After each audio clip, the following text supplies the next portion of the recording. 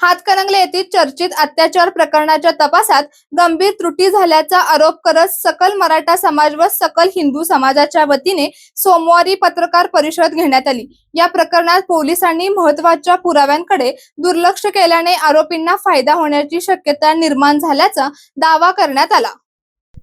पत्रकार परिषदेत प्रसिद्धी पत्रकाद्वारे तपासातील 10 प्रमुख त्रुटी निदर्शनास आणण्यात आल्या। व्हॉट्सअप चॅटमधील आक्षेपार्ह मजकुराच्या आधारे कठोर कलमे न लावणे, पीडितेचे फोटो व व्हिडिओ पाहताना महिला पंचांची उपस्थिती न ठेवणे, पंचनाम्यात संदिग्ध शब्दांचा वापर, डिजिटल पुराव्यांचे टाइमस्टॅम्प व डेटा रिकव्हरीची प्रक्रिया न करणे तसेच मुख्य गुन्ह्याऐवजी इतर बाबींवर भर दिल्याचा आरोप करण्यात आला।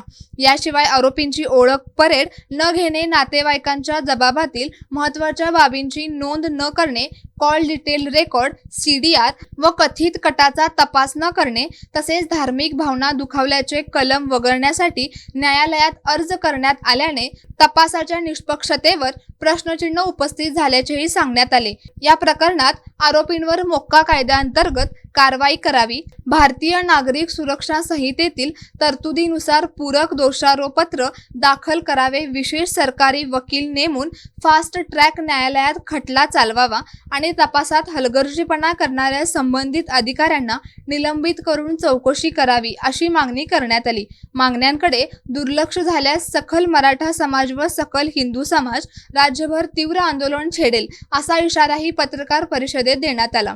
यावेळी प्रमुख उपस्थिती धवलसिंह दादा, मोहिते पाटील, दीपक अण्णा काटे, प्रकाशजी बेलवाडे, बाबा घोरपडे, संताजी, व्यंकटेशजी मोरे यांची प्रमुख उपस्थितीमध्ये पत्रकार परिषद घेण्यात आली। या पत्रकार परिषदेस सकल हिंदू समाजाचे पदाधिकारी, कार्यकर्ते, विश्व हिंदू परिषद, बजरंग दल तसेच हिंदुत्ववादी संघटनांचे पदाधिकारी व कार्यकर्ते उपस्थित होते।